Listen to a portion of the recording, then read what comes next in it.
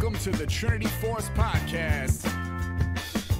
Yo, it's that Triforce cast beaming straight to your home. Grab a beer so we know Pone ain't drinking alone. Send an email, a quick tweet, just pick up the phone. Leave a message, hit the beep if you're a creep, watch your tone. Discuss the meta game, patch notes, whatever helps your stats most. Obi-Pone Kenobi is your last hope to snatch gold. So grab your headphones and join in the fun. We'll try enforcing some jokes and some cringeworthy puns. Yo, we can make it together, people. Trinity Force Podcast. These boys are second to none. Now that's the end of the intro. It's time we begun.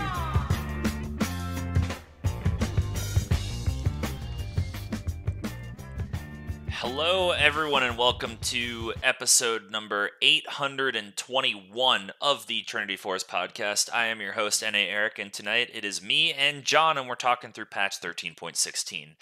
And it's going to be great. So, yeah, but before we get into the patch, John, how you doing, man? 2 weeks in a row after you've been off for a couple months. I feel blessed. Oh, 2 weeks in a row, baby. We're back. Been doing good. Still been busy, but everything's going good. Nice. Cool. Playing a little league. Mostly normals. ARAMs. Arena still.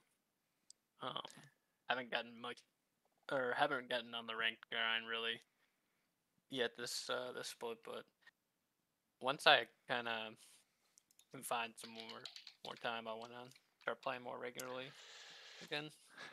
Nice. Well, I've been enjoying ranked a little bit because Maokai is earlier today was the second best jungler. Today now is the fourth best jungler of the patch. So I've been having some fun with that. But yeah, we should duo then, man. I'll play top lane and be a brick wall, and you can do whatever you want on the rest of the map. Hell yeah! Sweet, cool. Hey, I will say, go ahead. With Maokai, yeah, that's like the one thing in jungle I feel like I just don't like playing against, really. Like, it's just like it feels like no matter what I do, like he's still gonna do Maokai things. Like, yeah. And there's nothing I can do about it. Nope. Like, there is a game I was playing Rengar, and I solo killed this guy in his jungle, like level 3. Took his red buff, took his Krugs. He goes to his bot side. I kill him again. Take his Gromp, take his Wolves. Jesus and Christ. Then, like, mid to late game, he's still just an absolute menace, and I can't kill him. Like, he is the only person I cannot one-shot. Did he go the demonic Radiant Virtue build? Yeah. Oh. Yeah, he did. Yeah, Jesus Christ. And he does so much damage with that, too. Yeah, I could not, like, once he hit, like, level 11, and it was, like, mid to late game, I just couldn't do anything against him. Like, I can't kite into bushes, because he just throws the fucking saplings in there, and it slows me. He can just point and click CC me, and I can't kill him. It's so frustrating. Yeah, it is extremely frustrating to play against a good Maokai.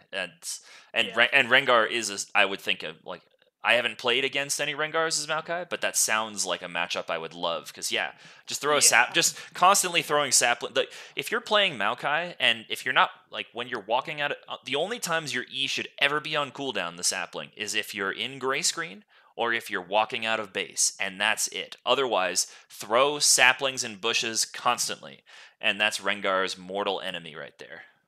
Yeah, it really is. Like, it just feels so bad. Mm-hmm. It truly does.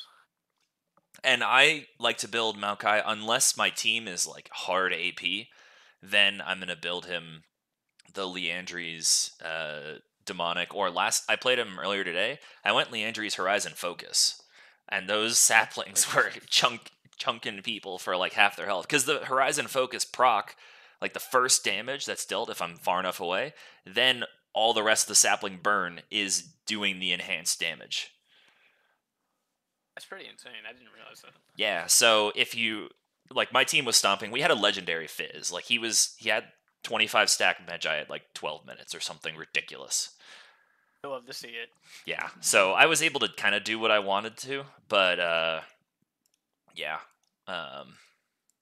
but in general, that sounds like a fucking fantastic matchup. I hope I get to face some of those. I've usually just been facing like Graves or Shaco. I faced an AD Shaco when I played Maokai. Or what else did I face? I played a Jarvan game earlier and faced. I don't even remember who I faced. Let me look.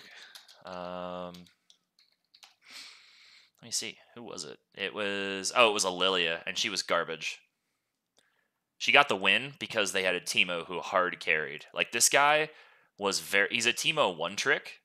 And he went PTA. We had an Alawi who went airy, so it was really fucking weird. But he built Nasher's Tooth into Leandry's, then Morello and Void Staff, went Demonic, and then sold his boots for a Gargoyles.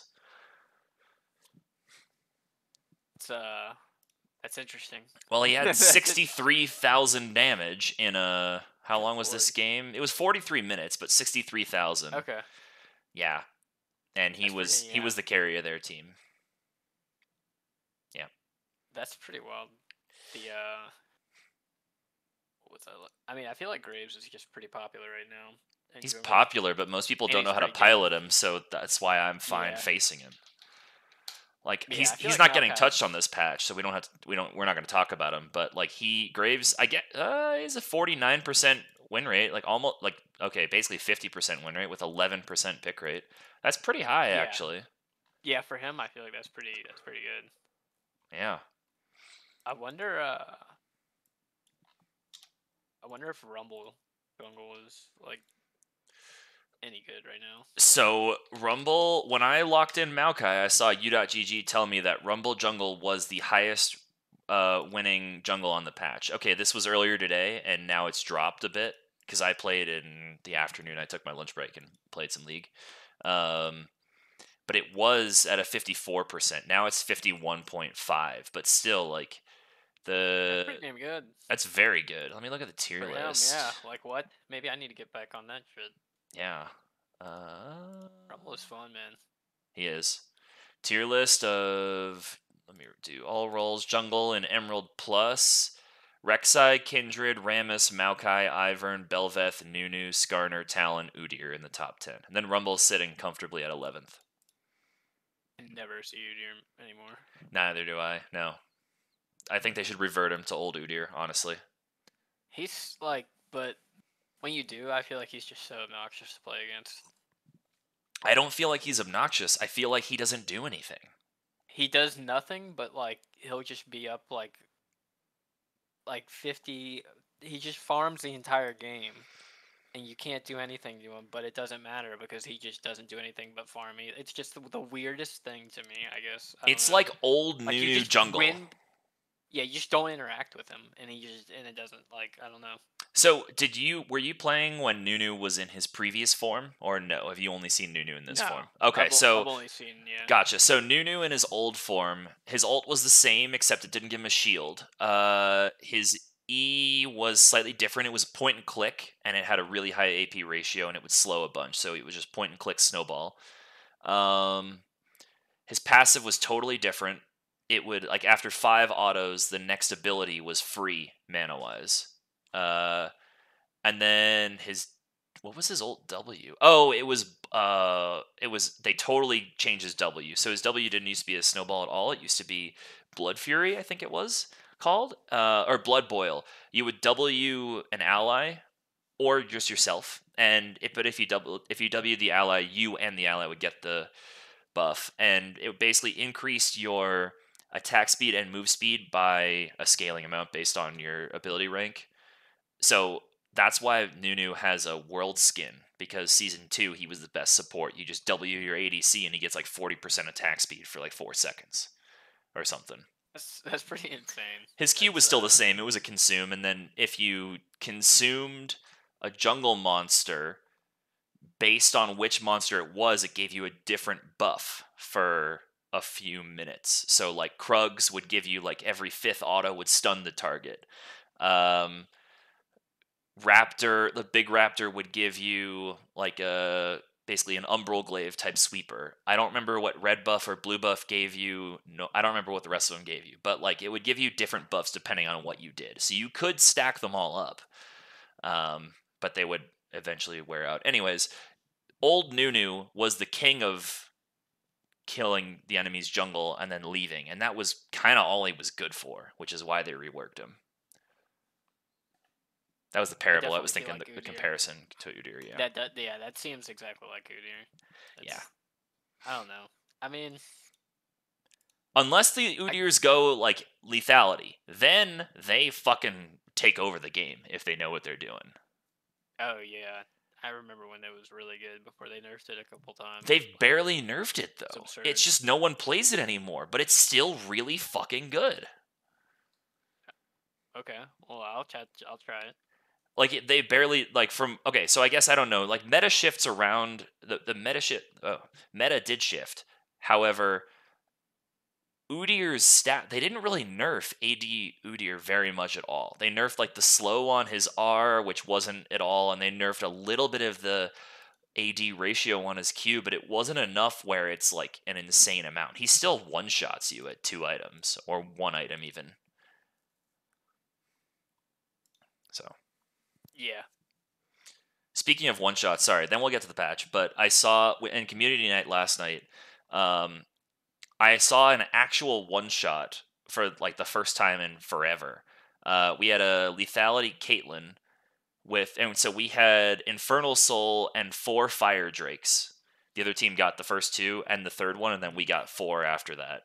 It was like a 50-minute match, but they the Caitlyn player, I think it was ND Mercenary, was playing. Shout out, but he autoed a Xerath with a headshot ready, and it killed him 100% to 0. We didn't have Elder. He did have Collector, but 100% dead. 1 auto. We were all like, what the fuck just happened? You haven't played it with enough Rengars then. But Rengar needs to use like more than one. Like are you saying you one-shot people when you jump on them with 1 Q? Like not even an additional auto, just 1 Q. I have definitely like a Xerath or like an ADC. I have one like full Q, empowered Q, just R. Yep. Empowered Q, leap, literally one-shots them. Okay, I have not played with enough Rengars then. No. But that's at 3 items. Sure, this was like at 45 minutes into the game. So this lethality Caitlyn was full build. That's insane though, to just watch someone 100 to 0 somebody like that. Yeah, we had vision in the bush, and Xerath is walking through to try and ward on the other side. Caitlyn walks up, autos, dead. Okay. Takes the kicks to that. Yep. So, yeah. But, yeah, I guess, I've been good. Trying to get through my first project at work, which is almost done if I can get enough processing power on my computer or deal with the memory issues that I've been having. I'm supposed to be getting a new work computer. My work's supposed to order one so I can actually get through some of the projects that I have. But, yeah, League's been going pretty decent. I've been in pretty good form, I think. So, yeah. He's doing his thing, his brand Maokai tech. Brand support. I just picked it because Brand got buffed on this patch, so I thought, why not? And we'll get into it. It felt pretty decent, but again, I was playing against an Ezreal Smurf, and then our Aurelia rage quit, and Kai'Sa was 0-9, and then complaining that even though she was playing poorly, she should be given the kills so that she could get items to get more kills. And I said, Kai'Sa, you haven't played well enough to earn kills, so why should we, why do you deserve them? And she said, raging Brand support. That's all I said to her, too. So it sounds like you had the classic solo queue experience. I did have the classic solo queue experience, and that game demoted me to Plat 2, and then I decided, okay, I'm just going to play Maokai Jungle, back up to Plat 1. So. Hell yeah. Yep. Yeah, we'll have to do it at some point soon. Yeah. Yep. All right, so let's get into the patch then, before I keep going on forever. So there's a decent amount, not very many nerfs, but a decent amount of buffs and one adjustment, they say. and some system changes as well, and some sweet skins. So the first one is Akali. Her Q energy cost has been decreased. It was 130 to 70 with ability rank. Now it is 110 to 70. So it's cheaper early, the same once you put 5 points into it. Additionally, the base damage has been increased. So no AP or AD ratio changes at all. The base damage was 40 to 140. Now it is 45 to 145. So it's 5 extra base damage flat across all levels. It's worth bringing up that Akali also recently got in the last few patches, got a base damage increase by like 10 or something, or maybe another 5 on this Q here. So her Q's been buffed twice in the last few patches here. It seems like they're pushing her hard to see what solo Q does, and then maybe going to pull her back a little bit prior to Worlds, because we still have about 2 patches before we're on the Worlds patch, 2 to 3. Because I think Worlds is on 13-18 or 13-19, I'm not super sure. But this seems like it's good for solo queue, but pro play, Akali is going to be a menace, because she already can be played where she's at, matchup specific, but this is a little much, I think. What do you think about this? Yeah, I mean, I feel like it's like one of the strongest things I think they could buff, really. Yeah. Because this changes how she interacts with one-shotting the back line with like 2 Qs. Yeah. This definitely allows her to do that at like level 5 or something. I don't quite know the breakpoints, but this enables her to do that. And the energy cost, especially because she gets extra energy when she's in her W, like she doesn't need extra energy. A good Akali knows how to manage their energy. This is only helping bad Akalis. And I think, like, I mean, it's just all around good, right? Like, she can get roams off more. She can have less wave clearing problems early. Yep. I mean, I think this is great for solo queue. Yeah. Akali players, yeah. Especially ones who know how to play her and manage their energy, like you were saying. 100%. And this doesn't really impact late game all that much at all. It's only early game that this is really changing, because there's no ratio changes, and it's just base up by 5 with the energy cost changes. I don't think this changes her late game at all, or mid game. It's just the early game to get her through her weakest point, which is not the direction I would like them to go if they were buffing Akali. I would like a increase on the ratios on like her R or her E or something. If they were going to buff her, that's what I would recommend. Yeah, I think it's I mean, this just makes her laning phase a little easier, I guess. Yeah. Not feel as bad, which is huge for her.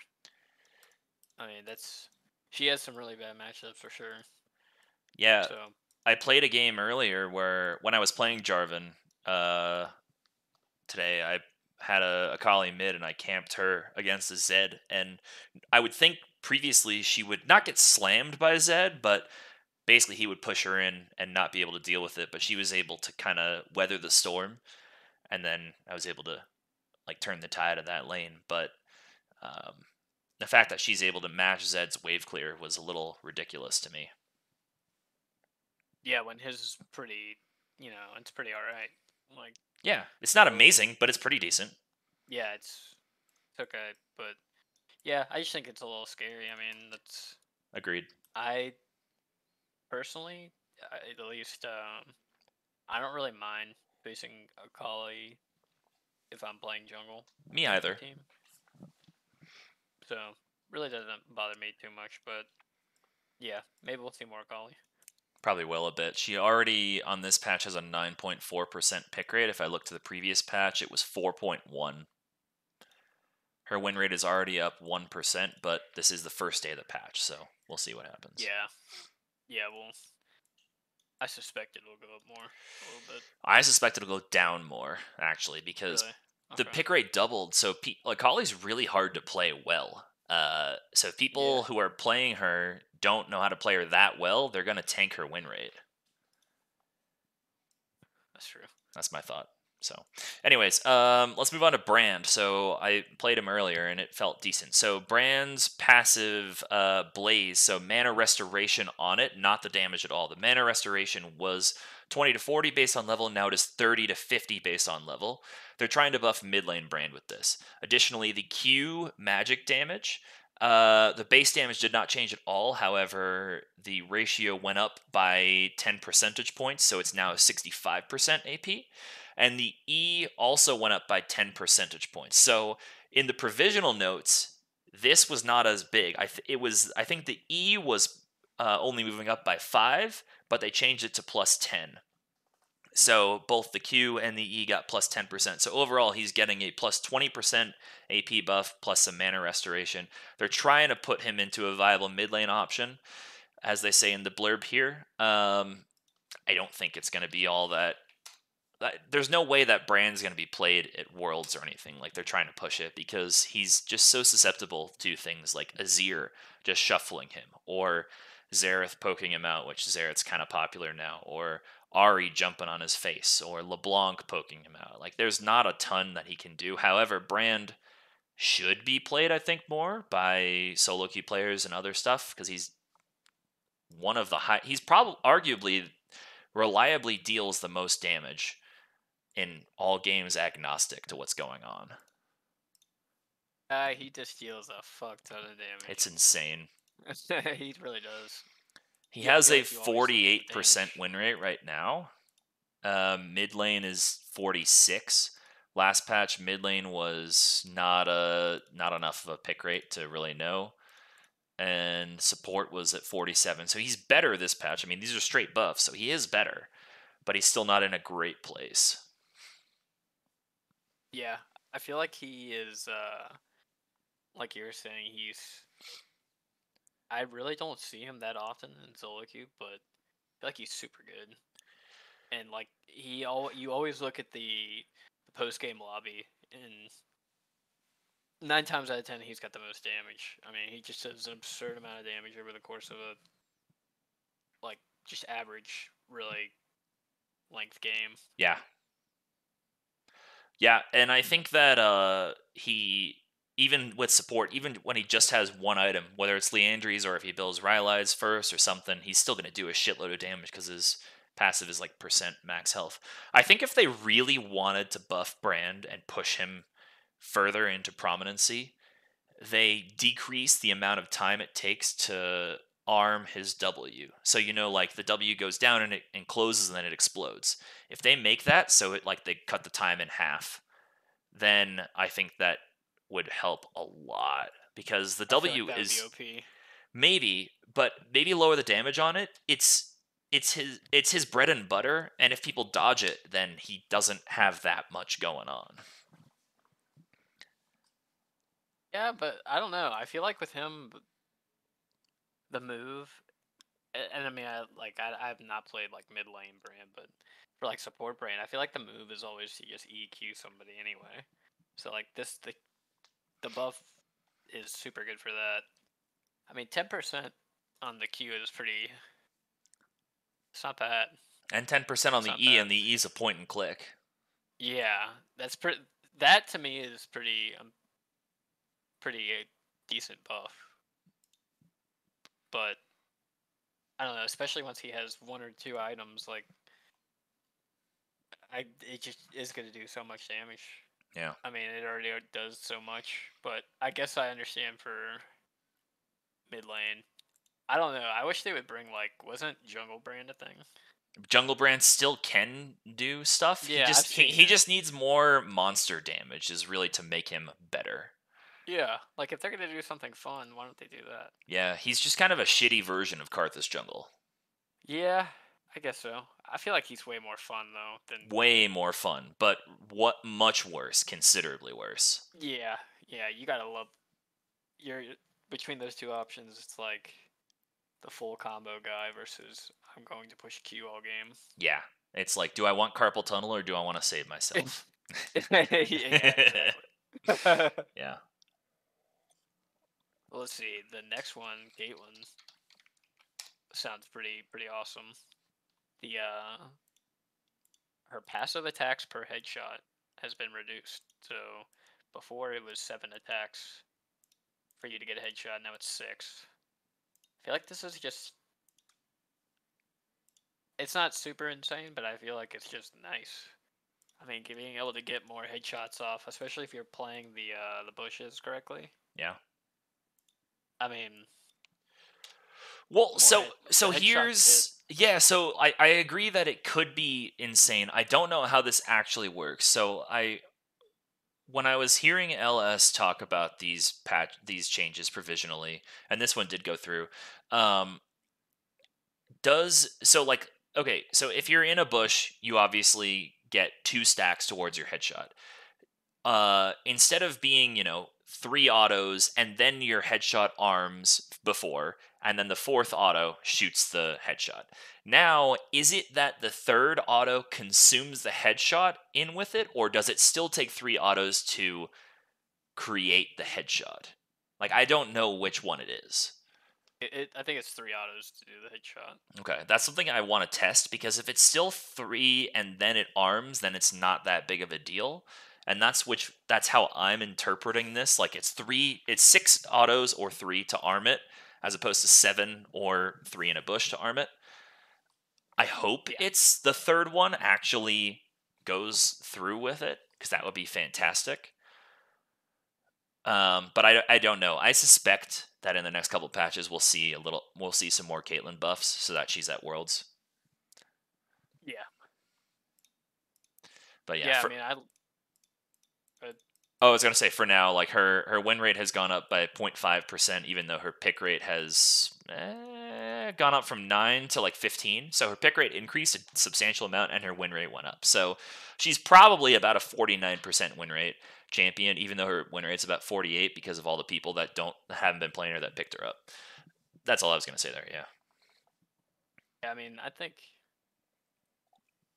I want to try it first of all, just play her, but it seems pretty nice, but I don't think it's insane. Also, yeah, I just need to.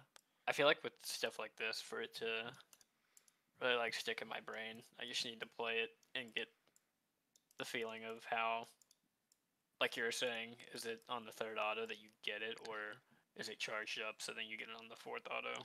Because that could make a big difference in. I mean, if you have 2 or 3 items, that's a good bit extra damage for sure. That makes a huge difference for like support like Caitlyn too. Like, no one plays that anymore, but that makes a huge difference. If you're able to get it on 3 autos, you stand in the bush, you auto like a minion a couple times, and then you walk up to them, hail of blades them, 2 autos, you get a headshot down. Like, that's a shitload of damage as opposed to 3 autos through. Yeah, it is. Yeah, the Halo Blade support Caitlyn is just like nasty. It is. No one plays it anymore, but I still like to play it sometimes. It has support Caitlyn has a 0.1% pick rate in ranked, and it is not enough of a sample size. It's just not enough of a sample size at all. Played against a support Caitlyn in a normal game the other day. How'd it go? Oh, we crushed him. It was Caitlyn. I think it was Caitlyn Jin. Ew, why? Yeah, I don't know, man. No, wait, it was Draven Caitlyn is what it was. Also not good. Yeah, no, I think I was playing. We played like Jin Maokai, I think, against that. Okay. It was not bad. It was not bad at all. Like, we won lane super hard. But yeah, I want to try support Caitlyn at some point in a normal game or something. I've played it a decent amount, so I can give you some pointers. There's not that much to know. You take barrier, you walk up to someone, and you 3 auto them. Once they start to trade on you, you press barrier, and then you walk away, basically. Yeah, it sounds super annoying. Yeah. Fun. Yeah, if you want to know really how to play it, folks, go watch the beginning, like the first couple patches worth of LCK. Watch Carria play Caitlyn support, and there you go. Yeah. That's all you need to know. Yep, instructional video right there. Basically, yeah. So the next change though, Echo is getting buffs. his Q initial base damage is being increased. The slow is increased on it early, and then his W base shield value is being increased. So the scaling on the Q for the initial damage is staying the same, but they're increasing the damage by 10 at every rank. So it was 60 to 120 before. Now it's 70 to 130.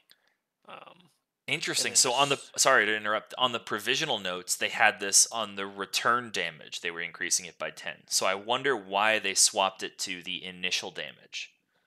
This is this is much easier too. Yeah. Than the initial. And then the slow on it is going from 32 to 60 to 40 to 60. So I mean, that's pretty nice, honestly. So how much of a win rate increase do you think this gave mid lane? Because these are mid lane focused echo buffs. This is not jungle related at all. Yeah. How much of a win rate increase do you guess that this gave him from the last patch? I would say 1.5%. Okay. Maybe 1. So like 1.2. So if we're looking Emerald Plus, he was last patch at a 49.4% win rate now and a 2.2% pick rate. Now he is at a 3.7% pick rate and 52.6. So he went up by 3%. Oh my god, that's Yeah. insane. He is the 5th best mid laner so far on this patch with 1 day through. Damn. That's pretty wild. Yeah. And then his with his W, the shield strength, scaling staying the same, but it was 70 to 150 before, now it's 100 to 180. I mean, that doesn't matter. Yeah. I mean, yeah, but I would say for mid lane echo, I mean the Q is insane. And it's not insane, but I feel like the fact that they changed it to the initial instead of the return is just infinitely easier. Infinitely easier, yes. Like reliably. So that's always really nice for echo players. The slow is always nice too, because I feel like that. I mean, doing that makes it easier to hit your W if you're time. But I mean, good echoes are gonna just know where they're gonna be, I guess. Right. But also, the shield strength, I don't think, like the Q, I totally agree with you, is big. The W, I don't think matters at all, because I looked on the wiki. The shield is, so once he enters the area, it stuns enemies for 2.25 seconds and gives him a shield for 2 seconds. So if you're getting the stun off, this does nothing against the enemies at all. If you're not getting the stun off, then they can trade into it, but the shield's already kind of big. Like we're seeing it's, like 100 level 1 plus 150 AP. So you're probably going to have, I don't know, like you're going to have, let's say 40 AP. Let me open the fucking calculator on my computer here. 40 times like 1.5. Oops, 1.5 is like 60. You're going to have like a 160 shield. No one's going to get through that in 2 seconds early in lane.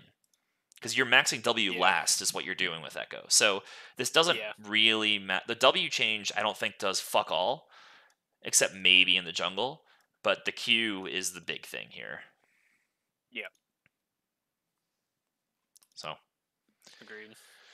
Okay, well, Karma is getting a buff as well. So her AP scaling on her Q is going up, as well as the empowered Q, and her R cooldown is decreased. So Karma's Q had a 40% AP ratio, now it is up to 50. The base damages are the same. On the empowered Q, it was 60%, now it is 70%. So her Q will do 10% more damage. Well, it won't do 10% more damage. It will have a 10% higher scaling AP ratio, whether it's empowered or not. And then her R, the mantra, was 40 to 34 seconds. Now it is 40 to 31 seconds. So you start to feel this at level 6 when you get 1 second off of it. It's 2 seconds at level 11, and level 16 it is 3 seconds off. That being said, you can lower the cooldown by, autoing and then landing abilities on the enemy, I think? I know that. I think it's abilities. I don't know if it's others or not. Let me look. I'm looking on her wiki right now. So Karma's mantra, the passive cooldown is reduced by 5 seconds flat for each enemy champion hit by Karma's damaging abilities. So yeah, it's just abilities. You're right.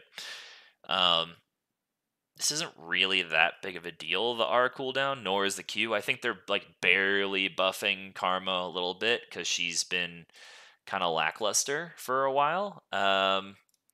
I mean, this patch so far, she has a 10% pick rate in support with a 49% win rate. Last patch, it was 6.7% pick rate with a 48.7.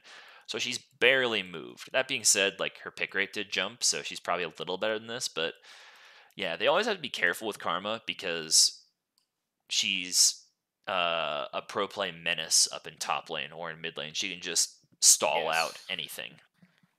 Yeah. That's the solo lane. I feel like the top lane, you just can't do anything against it. Not at all. No, especially, I mean, depending on the picks. And then LS did say that he thought they were being careful, which I don't necessarily agree because I don't think they care about counter matchups. But Rumble top is becoming very popular, and Karma is one of the counters or the people that can stave off Rumble's aggression. I don't think that's why they're buffing Karma, but it definitely does help to have a Rumble counter getting buffed up in top lane. Yeah. Yeah, because he's definitely pretty impressive top lane for a lot of matchups. Yeah, he definitely is. So, yeah.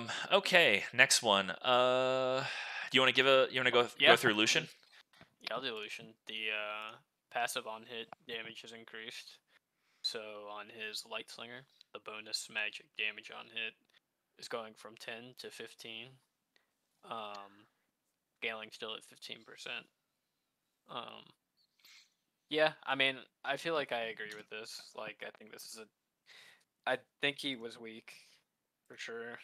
And I think this is a decent way to do it without making solo lane Lucian OP. Yeah, because this doesn't impact. This hardly at all impacts solo lane Lucian. Yeah, so I think this is a good buff. Agreed. Yeah. Not much more to say on Lucian. I mean, his win rate did jump up a bit in bot lane, but from like 48.8 to 50.54. But I think that's also due to the Nami buffs last patch and maybe just the meta changing a little bit more in Lucian's favor. Plus the Lulu buff, which we will talk about right now. Good segue, Eric. Thank you, Eric. So Lulu's health growth went up by 4, whatever. Her Q, the base damage did not change, but the AP ratio increased from 40% AP to 50% AP. And then the E help picks, the magic damage, base damage did not change either, but her AP ratio went up from 40% to 50%. So they're increasing her AP ratios and giving her a touch more health. This is probably more of a buff to if you're playing Lulu in top or in mid, but this does help support Lulu as well. You just don't, I don't know, I don't see Lulu all that much right now because they took away Lucian, they took away, like, Kog'Maw is barely played, Vayne is barely played, like, the champions that she pairs well with are not played all that much, so, yeah, but this does help Lulu give a little bit more, get a little bit more stats, and I think Riot's pushing her a bit more to see where these will land in anticipation to probably pull them back a little bit before Worlds, because if Lulu's at least semi-viable, she will be played constantly at Worlds. So if I look at win rates as well, she right now in support has a 47.7% win rate after the buffs. Before it was 47.27, so she went up by 0.5%. If I'm looking in mid lane, not enough sample size to really matter, nor with top. If I go back one patch, not enough sample size to really matter either. So I can't really make a definitive judgment. But this is kind of placebo-ish. Yeah, I don't know. I thought she was. I think just buff in general probably okay for her because she was pretty weak, and there was just a lot better picks that really kind of outshined her. Like you were saying, like unless she's Kog'Maw is like currently, I guess for the purposes of pro, like there's just way better options. So That being said, same there with are some Vayne. teams that play Kog'Maw in pro. Like G2 plays Kog'Maw. Yeah, There's some Chinese teams that play Kog'Maw. Some. yeah. I think I don't know, especially in solo queue though. I feel like you were saying, I'd never see her anymore. I'm And happy that it's that way though. yeah, I mean, I trust me, I don't like playing against it. Like Yeah. playing against Lulu as Rengar sucks. As your mid jump, she polymorphs and stops all the damage, I'm sure. Yeah, he just, and then the shield is just And the R she that does knocks is back insane. your leap Yeah. again. Yeah. Yep. And then you just can't kill them. Yeah. Love Yep. it. The other thing that can be annoying too on her is the E. Like if she E's you if you're in a bush, gives her gives you the team vision. Yeah. And So the it's like semi-guaranteed Q hit as well. yeah, yeah. But well, I mean, I'm okay with it, but I don't know. She did probably feel weak, I would She say. needed some I nerf. mean, I've She not needed played some her buffs, much. yeah. Yeah. So she needed But this. yeah, I definitely agree though. They're probably doing this, just throwing these buffs out there and seeing what happens with it. Yep. And then getting back as needed for pro. Exactly, because they do say in the blurb that since her pro play in nerfs back in 13-12, Lulu's had some trouble, and they're hesitant to give power that will make her stronger in hyper coordinated play, i.e., pro play. But they do want to give her back some power that will give some power back in solo queue. They expect these buffs will do the trick. Assuming she's able to earn the gold to buy the power, because like we said, it's AP ratio only, and she doesn't get a ton of AP in her builds, especially in pro play when she's getting Ardent plus maybe one other item, or Shirelia's plus part of Ardent, especially if supports by a shitload of control wards like they do in pro play. So yeah. But I guess let's just move on for sake of time. John, do you want to go over Mal's? Yes, his E damage tick rate is increased, and his minion execute threshold is decreased. So, on his E, the tick rate was 0.5, and now it's 0.25, and the minion execute threshold is going from 15 to 45 health, scaling with level, to 10 to 30. So, just a quality of life, I guess, to make it easier to, I guess, with the tick rate combined with the tick rate and then the damage, you're just gonna more reliably last hit with his E, really. Yeah, and this is the one change that's listed as an adjustment, and I'd probably agree with this. Additionally, his win rate basically hasn't changed, and his pick rate hasn't changed, so this is probably a net adjustment. I did play against the Mals earlier, but I didn't feel like it was any different than normal Mals. I think this is like textbook when they put adjustment, it should be something like this. Agreed. Because I think they did a good job of targeting it to do what it was they were intending to do without it messing up anything else to do with the Z. Yep, 100%. I also did not know before today that he had a minion execute on his E. I had no idea. I feel like that was just like one of the most annoying things to me about, because it's just so easy to farm with him. I think maybe they should make it so that his execute threshold is increased, but if he executes with his E rather than like another ability or an auto, then he gets half the gold. To incentivize you to actually farm rather than just, throwing down E and then Q and walking away. Yeah, I feel like as is, yeah, you can just kind of push all your buttons and then walk away. Yeah. walk away. Yeah. Yep. Unless you're playing against an Acel who can absorb your minions with his W or his E and get free Stardust off of you. Yeah. Yeah, that's no fun for Malzahar. Nope. But let's go over Melio next. So Melio's Q damage has been increased. So the way they did it was as well as his E base shield strength increase. So the E base shield, this one's more simple. It's just up by 5 per rank, except for rank 1. So at max, the base is up by 20. So it's 60 to 160 as opposed to 60 to 140. And the AP ratio went up by 5%. Melio is still not getting much AP, so this doesn't matter all that much.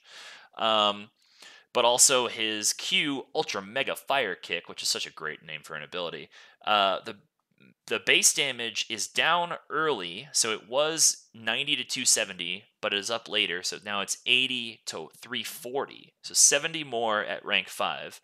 And the AP ratio went up from 90% to 120%. So if you're putting points in Q, you're going to get rewarded for this. However, Melio does not put points in Q. He puts 1 point in it, and he probably by the time the game ends, he never has a second point in Q because he's not going to get to level 14 in most any game. So the Q is more of a placebo unless you're trying to play like mid or top lane Melio. Like maybe there's a world where mid lane Melio Bruiser, like how Ivern kind of works in mid, can work, but or Soraka or something.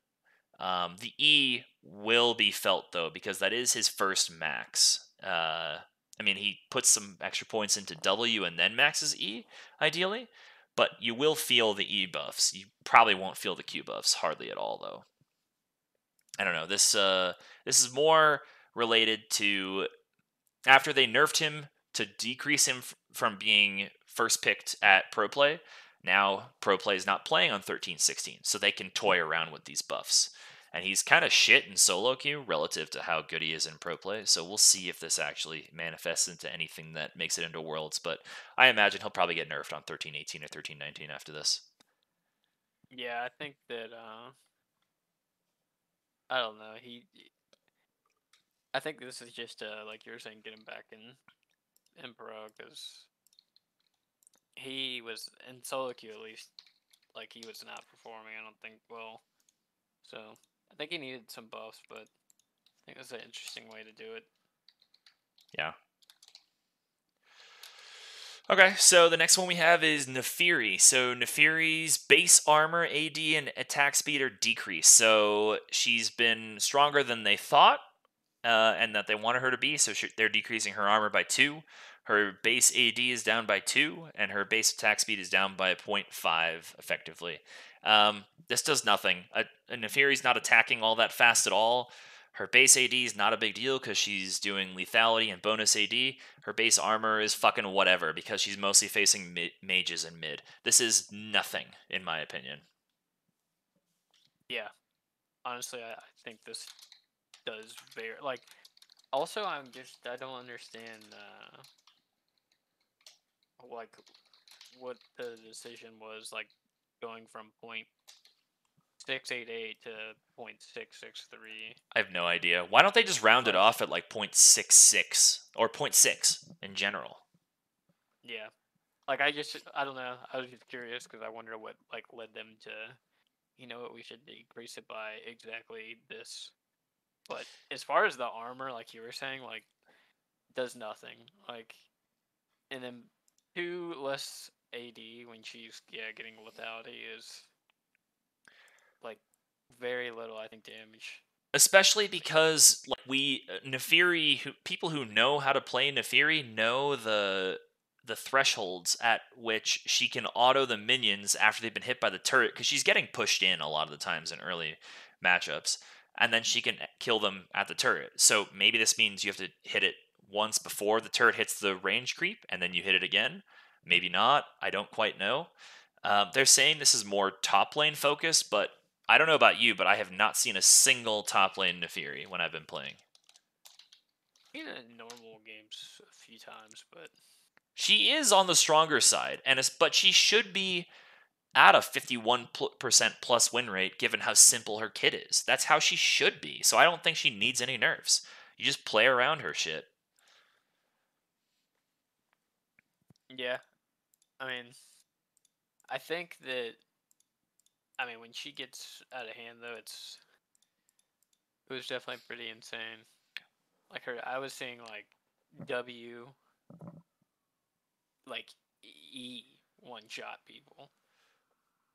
So since you play jungle, I'll let you in and the rest of the people in on a secret that I figured out last night against Nefiri. If someone picks it, just pick Poppy jungle. Because I didn't realize this, but her W is not unstoppable. So as she's jumping onto one of your carries, you just walk in front and press W. It stops the dogs jumping, and it stops her jumping. Pretty insane. Yeah, so like she just couldn't do anything. She bought a Edge of Night, and then I'd just smite her before she's about to jump, and then press my W. Like she can't do anything against that. So if you're also, she has a 50% ban rate. Jesus Christ! But yeah, if you're playing against, if someone picks Nefiri, just pick Poppy. Somewhere in the team comp, this Poppy absolutely destroys Nefiri. Yeah, for sure.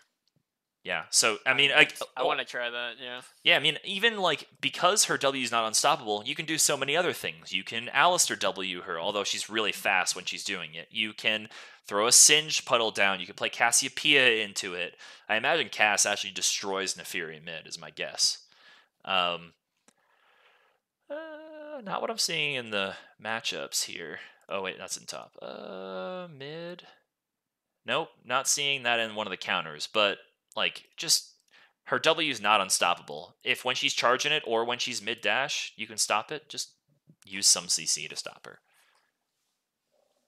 So. Yeah. Okay. Block her. Yeah, block her in some way, exactly. Save her from the carries. So the next one is Nidalee. Her E AD scaling. So when she's in Cougar form, her E, the swipe, it's getting a bonus AD ratio. So before it didn't have anything AD related at all. Now it has a plus 40% bonus AD ratio. They're looking to slightly buff AD Nidalee, but not give her that much power and make her be disgusting with her E-swipe. I think this does really nothing because hardly anyone's good enough to play Nidalee where she, to the level that she should be played. And those people that are still going to play her AP, not AD. She's just not good enough to play AD Nidalee and anywhere, I don't think. She needs more buffs if they're going to push her that way. Yeah, agreed. AP Nidalee is actually just good right now, like, objectively, too. It is. To the AD. Yeah, in Emerald Plus, she has almost a 9% pick rate. So let's say about 8% of that 9%. So like 90% of those people can't play Nidalee well at all. And she still has a 50% win rate. And like, before the, like, she was getting popular and was pretty good. And like, high pick rate. Like, I never played her. And just have, like, played her a couple times in normal games in the last few weeks, and like, she feels pretty insane in my opinion. Yeah, I think she's pretty decent if you can play her well. Just a lot of people can't, so they shouldn't. Yeah, the spears are important, and your the W placement, especially in the jungle, throwing down those traps are super important. The bushwhacks. Yep. Yeah. Next one is Rek'Sai. Do you want to cover that for me, John? Yeah, sure. The Rek'Sai's Q damage has been adjusted. So they it used to be bonus physical damage and plus 50% of your bonus AD. And now they're changing it to just percent of your total AD. So now it's 34 scaling to 50% of your total AD. And so basically in the little like blurb about it, it's a nerf. The change is a nerf to the damage until Rek'Sai reaches level 13, and then at level 13 it becomes a buff, and then partly the other reason was it gives you more, like it makes it so you're wanting to finish maxing Q, um, rather than doing your E. I guess Rather putting more than points on maxing you. W, because your E is Or W, rather, yeah. So I'm looking on the stats. I'm looking at u.gg right now, and apparently it is, in order Q, W, E, but then maxing Q, then E, then W. I'm surprised that they need to incentivize people maxing Q second, because I figured that would have been the second max. Yeah, I'm seeing, like, I think, yeah, either E or Q, I guess, max, but I never play I think, Rek'Sai, though, so I don't have that much to add to this. yeah, I don't either. I don't really a little bit, but not. I don't even play her in ARAM, because I can't deal with the not being able to see around. It's just something that I'm not interested in Yeah. trying to learn how to deal with. Yeah. Yeah, I kind of feel the same way. I just don't enjoy it that much. Agreed. But right up your alley, though, is Shaco. He is. So I guess I'll go through it then. So Shaco, or as I say, Shaco, is getting nerfed here. So his base mana regen is down from 7.15 to 6. And then the W, the traps, the Jack in the Box, the mana cost was 50 to 70, depending on ability rank. Now it is 70 at all ranks. So this is a straight up nerf. It's mostly a nerf to support Shaco. That's what they're targeting here. Jungle, this doesn't really matter very much at all. I mean, it does hurt AP Shaco a little bit in the jungle, but it's still not that big of a deal. Support Shaco is going to hurt from this, though, because jungle doesn't have to deal with mana issues generally, and support does. So that's why they're targeting this. I mean, support Shaco's win rate went down from 52 to 49.2, and the pick rate it increased slightly. In jungle, the win rate has slightly gone up. So it's, basically the same given the sample size. So yeah, in jungle, he's unaffected, especially if you're going AD. If you're going AP, it's slightly worse. If you're going support Shaco, it is significantly worse. I think that's the takeaway from this. Yeah, I don't have much more to add to. I mean, I think that's spot on. Cool. Okay. Well, Shyvana's next. I'm so glad to see this nerf because I played against it once in top and it was pure cancer. So the W, AoE, and on-hit damage has been decreased. So while the W, the burnout is going, the DPS around that, like the flames when they hit you, was 20 to 70. Now it's 20 to 60. And the bonus AD went down. It was 30%. Now it's 20% bonus AD. The on-hit damage was 5 to 17.5 plus 7.5% bonus AD. Now it is 5 to 13 plus 5% bonus AD. So they're taking away AD, they're hurting AD Bruiser style Shyvana, which I think is really good because at her current form, she could absolutely be a pocket pick at Worlds. Given how simplistic her kit is, if that's the case, then she's disgusting in solo queue. AD Shyvana's nuts in solo queue whenever you face it. You don't face it very much, but, well, at least I don't see it at all, hardly. But the one time I did, it was disgusting.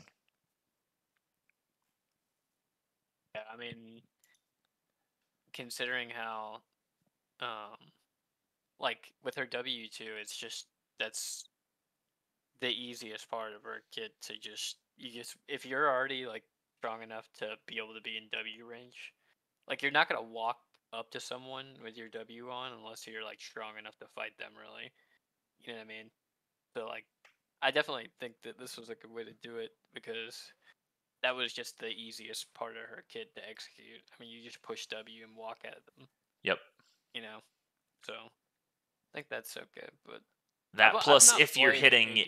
Plus, if you hit the E on them, even if it's not empowered, or the non-empowered one, you're doing percent bonus health as magic damage. So if you're building this on-hit AD like Triforce or Iceborne into Bork or something, then you're doing extra percent health magic damage. Like, how do you build against that? You basically just have to build raw health in order to deal with the amount of hybrid damage coming out of this dragon. That sounds pretty fun to play. Frostfire Bork. Yeah, I mean it I'm not works. sure of that. I've played it a couple times in the jungle over the last like year or so, and it works.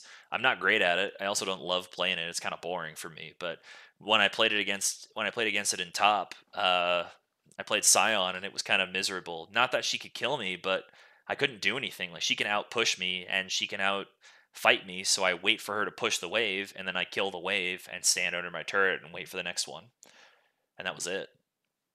Yeah, I feel like the version of Shyvana that I've enjoyed playing the most is just full AP. Yeah. Night Harvester.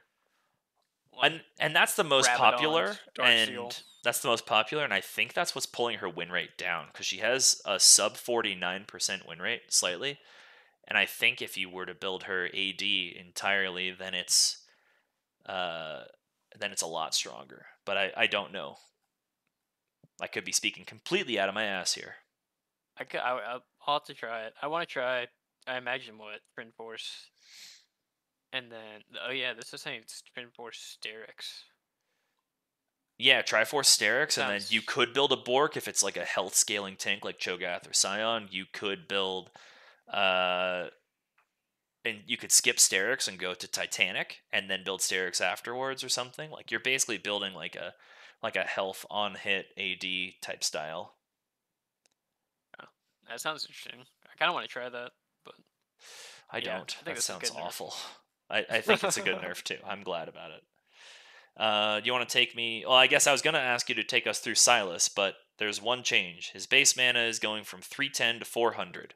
He gets 90 extra base mana, so he gets like 1 to 2 extra spell casts in as Silas in lane. I mean, it helps bad Silases. It doesn't help good Silases. I think good Silas is already managing their mana. Yep. Well, so that's it. You want to take us through Tristana then, because there is a change to target dummy, but that doesn't affect rank at all or Summoner's Rift at all. So yeah, Tristana, her base armor and armor growth is being increased, and her base health and magic resistance is being decreased. So I think this is more targeted at mid Tristana, probably. Yeah, popular, pretty definitely. Popular. Especially in pro play. Yeah. But her base armor is going from 26 to 30. Her armor growth is going from 4.2 to 4.5. And her base magic resistance is 30 to 28. And base health 670 to 640. I feel like it's pretty small nerf, I would say. But I don't know. Mid Tristana is pretty good, I will say, and it's a good if it's pretty rough to play against in lane. So I understand, but I don't know. They say that it'll largely unaffect bot lane Tristana, but I don't know. Hard to say, really. Maybe the base armor. I don't know. I'm looking at who has like base armor levels on the wiki right now, and so she has the same base armor now as like Talon and Vi and Yasuo and Yone. Draven has one less. I think she might have the highest for an ADC from what I'm seeing. Yeah, it seems like she definitely has the highest among ADCs. That being said, what about Nyla? Let me look. I'll control F on the page here. Nyla Neela has 27. Really? Draven has 29. Quinn has 28. Senna has 28. Caitlyn 27 as well. Lucian, 28. Kai'Sa 28. Draven 29. Then it gets lower like Akshan, Ashe, Jinx, Kayle, Samira, Sivir, all at 26. Zaya's down at 25. Ezreal's at 24. Ezreal has less armor than Yuumi. As does Jhin and Kalista and Kog'Maw. Zeri's at 24 as well. Who's the lowest? Okay, if there's 4 champions that have 18 armor at base, can you guess any of them? So it can't be Yuumi. It is not Yumi, no. Is it Milio? No. Milio has... That's Caitlyn? Camille. Milio has Oh, no, you already said 26. Caitlyn. Milio has 26. Okay. 18. Dude, I'll give you a hint. They're all mid laners. Or Okay. potential mid laners, I guess. Azir? No. Azir is somewhere higher. I'll look. Azir has 22, so he's pretty low. Yeah. Is it I'll give you 2 more Akshan? guesses for the sake of time. No, Akshan is 26, I think. 26, Okay. yeah. One more. What's the hint? The let's hint, I see. guess, they're all mages, and they can be played in bot lane. They all also... Syndra? No, not Syndra. Let me see. What is Syndra's base armor? Syndra's at 25. So it is Talia at 18, Veigar at 18, Damn. Malzahar at 18, and Cassiopeia at 18. Hey, I did not realize her Cassiopeia's MR was that low. Mal's makes sense to me because he has the shield. Yeah, I'm surprised at the Cassiopeia one. Also Talia because she's a jungler. Yeah. Like she's a jungle or mid or or bot or whatever. But like 18 armor, that's awful. Yeah, that's non-existent. Almost. Yeah. So, yeah, I agree. This isn't like that much of a Tristana nerf, but it's mostly a pro play. So they're trying to take her out because she's been able to be blind picked and B1 on the blue side one first pick and been very good. So I think this is a good nerf for Tristana. Next one is one of your favorite junglers when he's strong. Do you want to take us through Wukong? Yeah, Wukong. So his mana regen growth has been increased, his Q mana cost decreased, and his W mana cost decreased. So yeah, his mana regen growth 0.65 to 0.8. The Q mana cost 40 to 20. That's pretty nice. The W is going from 80 to 140 to 60 to 40. Yeah, I mean, I think that he has been struggling a little bit in solo queue since those nerfs. A little bit. His win rate last patch was 47. Now it's 45. Okay, In he's jungle specifically.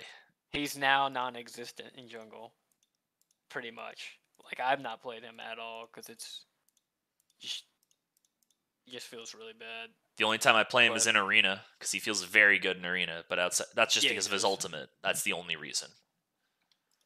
Yeah, and I mean even currently on this patch, he's really not.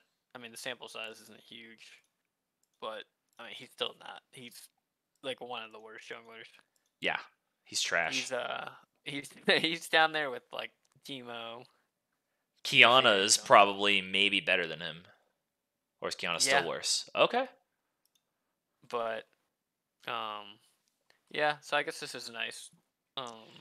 This doesn't do anything for jungle Wukong though, because like we said earlier when we were talking about Shaco, jungle doesn't deal with mana issues unless you're standing in lane forever or the enemy base, in which case you walk into the jungle for 10 seconds and you get back a quarter of your mana and then you go back into the fight. So yeah, I think this is more top lane. It's 100% top or mid, or if you're playing Senna Wukong and bot lane. But like he just needs love in general, or perhaps the meta is not Wukong centric. I think it could be good. I think he could be very good in pro play if they give him a couple more buffs for Worlds, but I also don't want to see like Wukong become the default blind pick. Agreed. Yeah, this is definitely nice for. I feel like his mana costs were pretty high before because for lane Wukong at least because you were. Especially his W. I mean, you never wanted to use it. It was 80 mana. Yeah, like you had to. If you waste it, it feels incredibly bad. Waste his W, and also like if you're doing his full like trading pattern and using all your abilities, I mean the full rotation of your abilities is costing a good bit. So you got to do it right, or you're just not gonna be able to do much in lane. So Yeah.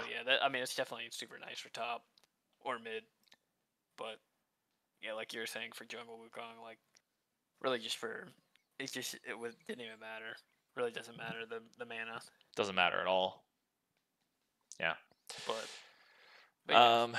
So that's the end of the champions. Now we have a few item changes and then some arena changes, but we're not going to read through the arenas. You can read through those on your own.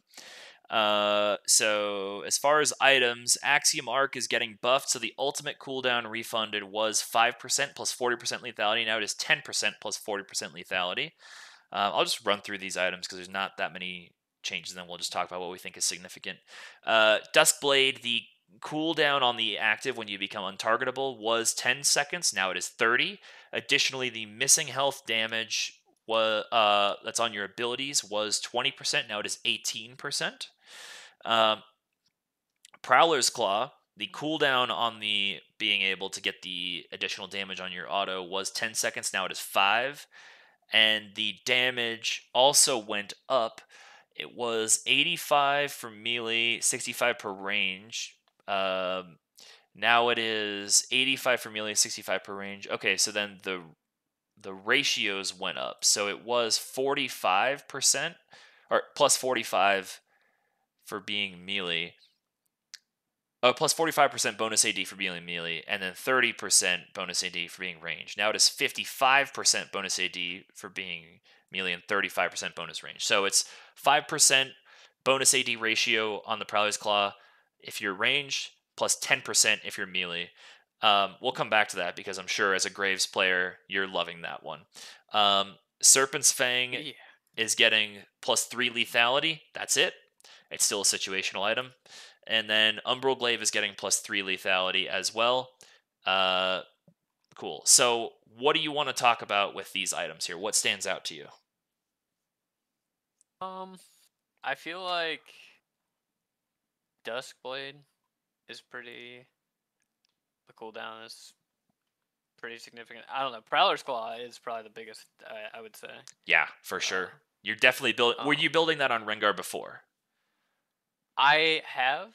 I feel like it's situational, though. I feel like I would build it in games where the enemy team is squishy, but also they have like a lot of mobility. So like Ari or just stuff like that. Ezreal, I feel like it's pretty good against. I don't know. I feel like it's a must buy on Rengar now, from what I'm reading about this. Yeah, I'll definitely consider it more because I really do like the passive on Prowler's Claw for him too. With the slow, and then I mean the damage is just. Does Prowler's Claw have a slow? Yeah.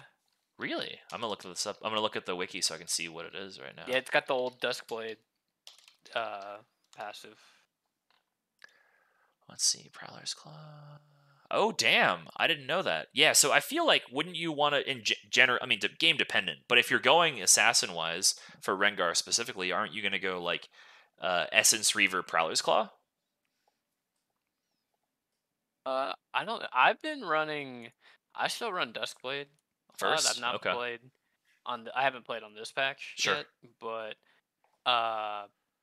if I'm, like, hard snowballing sometimes, and I kind of want to be everywhere, I'll do Youmuu's. I guess the thing that I really internally like struggle with from like choice, I guess, of second item, like whether to go Prowlers or Essence. Like Essence just feels like insanely better. Yeah, it's just so good on him, even with the nerfs. And then just personally for me, I'm just so used to the damage. Yeah. On like my damage calculation is just a lot better, I would say, with that item, just because I've used it a lot more. So and then once you hit 3 items, like, and you get like LDR or something like that, or even if they're super squishy too. I mean, I've gone Collector actually a decent bit on him when I'm ahead, and it feels pretty good. But So definitely, here's a question then. As I don't play Rengar, so I played him once in an ARAM game early, like last week, and it was awful. You can ask the people I was playing with. I don't remember who it was I was playing with, but you can look at my match history and ask. It was awful. Um, why uh why not go? Why go Duskblade first? Like I get that it's a mythic, right? I get that you get the mythic passive and things like that when you build additional legendaries, but I'm feeling like I understand Essence Reaver is a must buy on him. Totally understand that. Prowler's Claw feels. Why not just go like Essence into Prowler's Claw? There is really what I'm wondering. I guess I would say for typically in your when you're getting Duskblade, like yes, I guess Essence Reaver is cheaper. Um, but I don't know. I guess just going off of strictly off of feel, I guess I don't know. Essence Reaver just doesn't feel good to rush, I guess, in my opinion. Okay, so I have not. I like going it pretty much strictly as a second item, but I go it second item almost every game on him. is there a world where you go Sheen into Duskblade into Prowler's Claw then, or no? Or Maybe. I mean, like not necessarily like Sheen before not necessarily Sheen before Serrated Dirk, right? But like throw a Sheen in there and then go to Prowler's Claw. Does it in any world take over the priority over Essence Reaver for building or not really for you? I don't think so, Okay. but I I would almost. I feel like now, like Yomu's with Prowlers would be really good in my eyes Sure. for Rengar. I think that would be a really good build path, and then you could even go into like you could do Essence Reaver, or you could do like maybe even Axiom Arc would. Like I'd never build that on him, but like if I'm going straight lethality against a full squishy team, like I don't know, I would be willing to try it for sure. I mean, 10% ultimate cooldown now, so Before the lethality as well. yeah, before lethality, and then also, I mean, you're building a lot of ability haste on Rengar anyway, and I guess to kind of go more into about the Duskblade, like I feel like the 20 ability haste on Duskblade, and then you're getting more ability haste and move speed for your mythic passive is just super nice for him. Like it just feels good. Um, I don't Yeah, know, and I feel Rengar's like R cooldown is pretty high actually. Now that I'm looking at it for what it yeah, it does, is. it's Yeah, 110 it to is. 90. What like it goes down by 10. I was just looking at it, so that actually Axiom Arc makes sense to me. If you want to, that being said, you need to get like 2 to 3 takedowns in a fight for it to be worth it.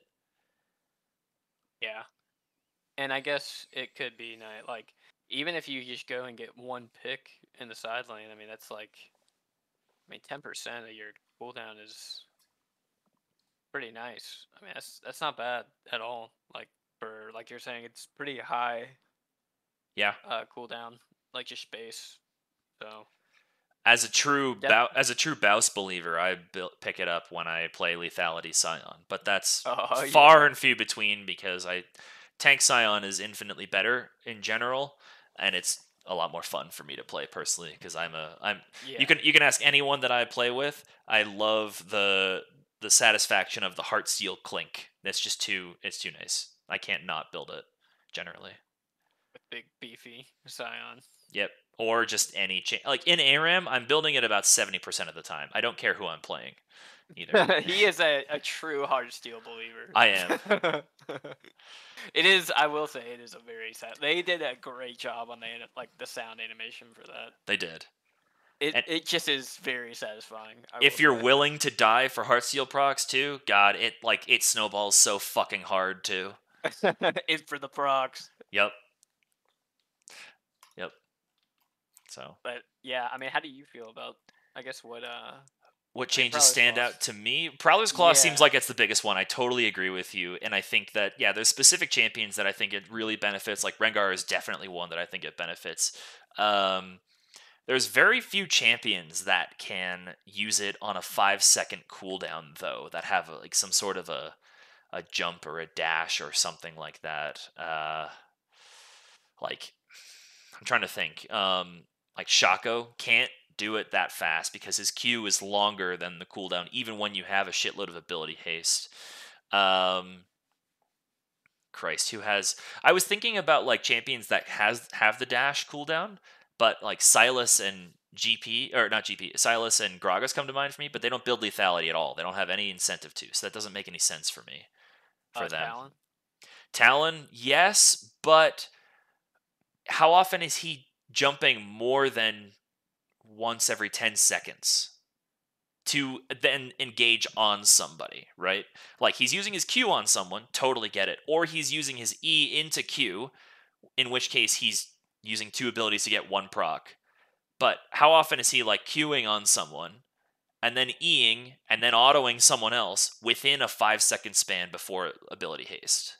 Yeah. That's like just not practical. It's just not. Like maybe Katarina, if she wants to do it, that could make some sense. But Kat doesn't want to build that. If she's going AD, she wants to go like Sunderer and Wit's End and like Ravenous Hydra or something like that. I just don't see very many champions where the cooldown being at 5 seconds is practical to be used over where it was at 10 seconds before. Maybe Kiana? I don't know. Yeah, that could be good on Kiana for sure. She's just kind of shit right now. She just needs buffs. And I imagine she'll get some pretty substantial buffs post-Worlds, because even with some small buffs, she takes over the jungle in Worlds. Like, we've seen it a few times. So post then, she'll get some stuff. But, like, I don't know. I'm scrolling through. If you want to build, like, Lethality Fiora, she could use this. I wouldn't recommend it. There's maybe a world where Graves builds Bruiser and builds Prowler's Claw, and he could use this. Sounds fun. I'm just looking at like different champions that would maybe want it. You know what? Lethality Callista. That could be something. Kayn, that could be as Blue Kayn, could use this totally. Oh yeah. I mean, yeah, that's a good example, I think. Yeah, or Nefiri has a pretty low cooldown on her E late game, so that could work for her. Neela, sometimes some Neelas build lethality. They could do that. Pyke doesn't, his E's long enough cooldown. So, same with Neela, actually. Those don't change all that much. Pantheon doesn't change enough. Quinn doesn't change enough. I'm just looking, like, Renekton's E is long enough. He doesn't want it. Samira is long enough as well.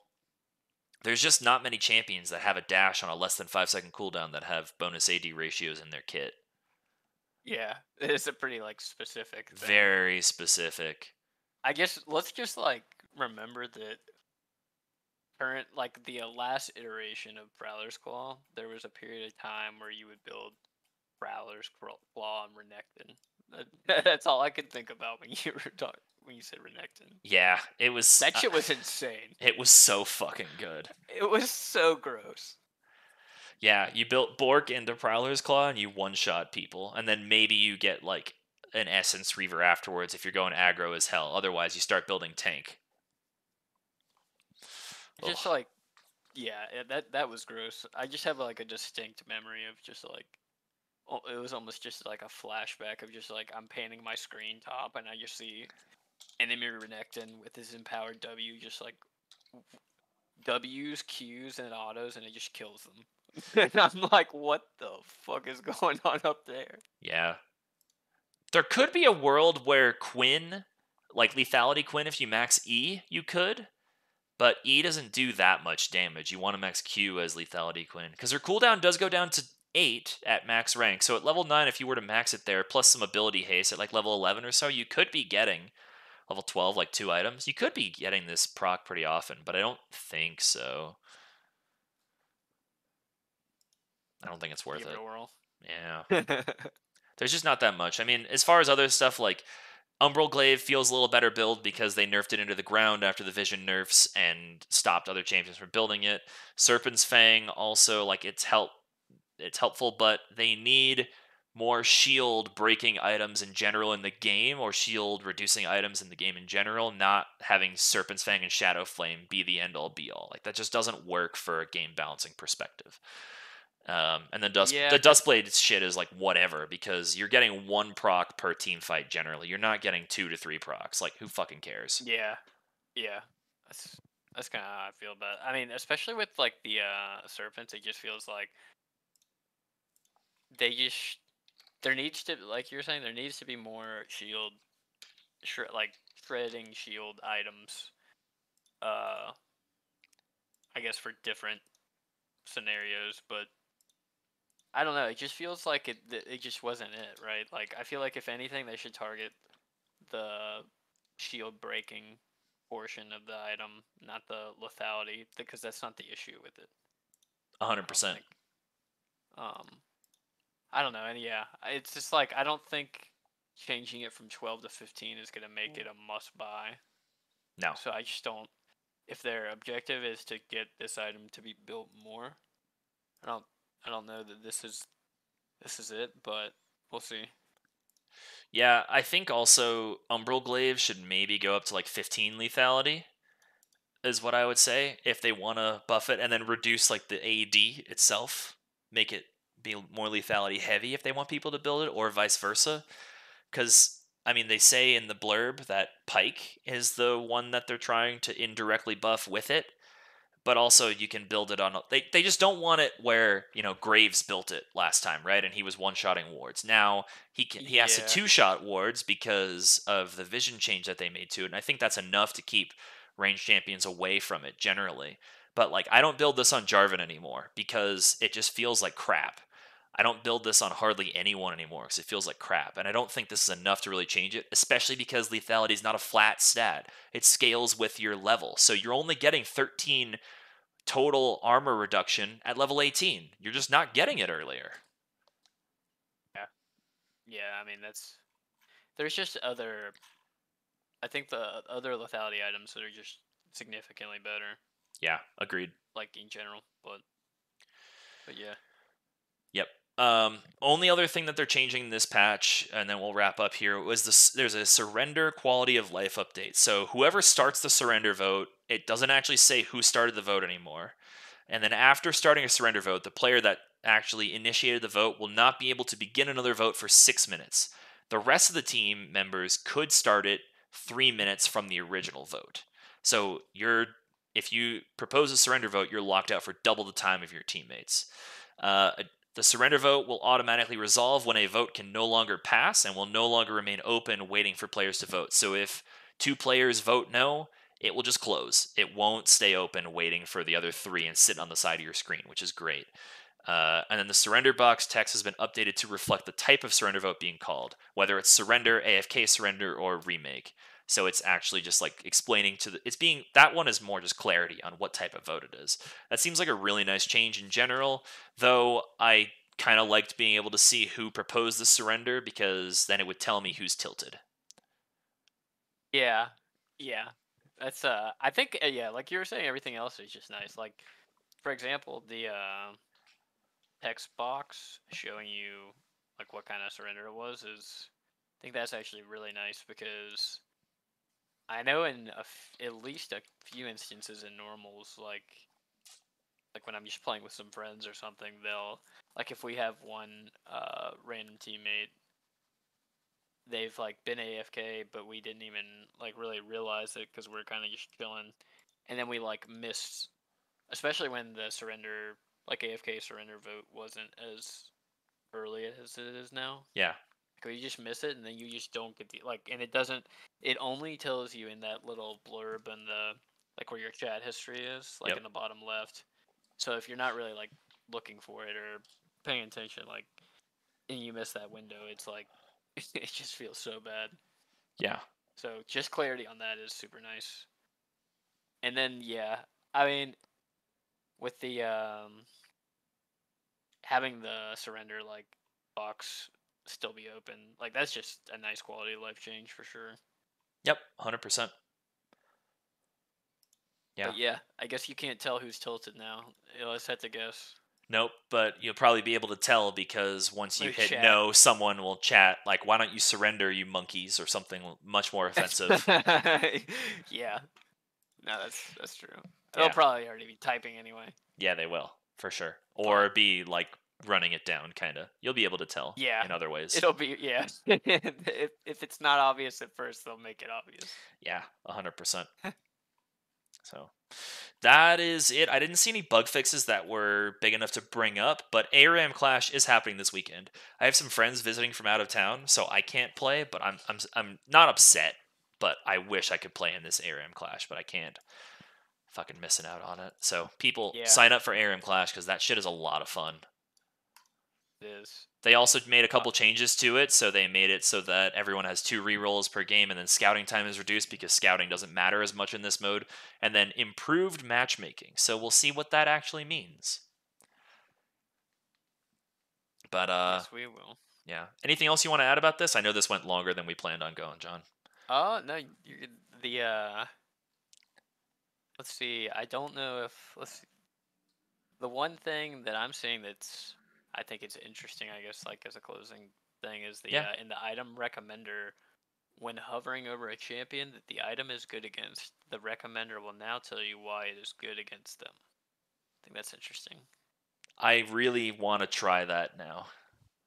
Yeah. When do 'cause you it's ever like, hover over an item in the item recommender? I don't know. I don't think I've like.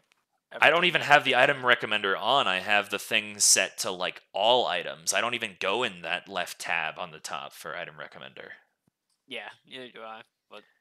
But I don't hopefully know. for lower elo players or people that are less experienced with the game or people that just want in general recommendations about what they should build, this should be more accurate. So at least it'll tell them Yeah. why they think it's good. Whether or not that actual explanation is total bullshit remains to be seen. True. So But yeah, I guess it's nice to just have some direction for agreed. for someone who's wondering about item recommendations. Yep. But all right, well, let's wrap it up here then. So please join us on Tuesdays at 7:15 Eastern. It starts community night and runs for several hours. So please join us for those. We had a great one last night. We had a couple of like 40 and 50-minute games. It was brutal on the mental, but it was good. Also, we have a Patreon, so please check that out if you want to support us. Those help keep the lights on, and then we offer different promotions and different benefits at different tiers. So go sign up for those if you want to support us and receive those benefits.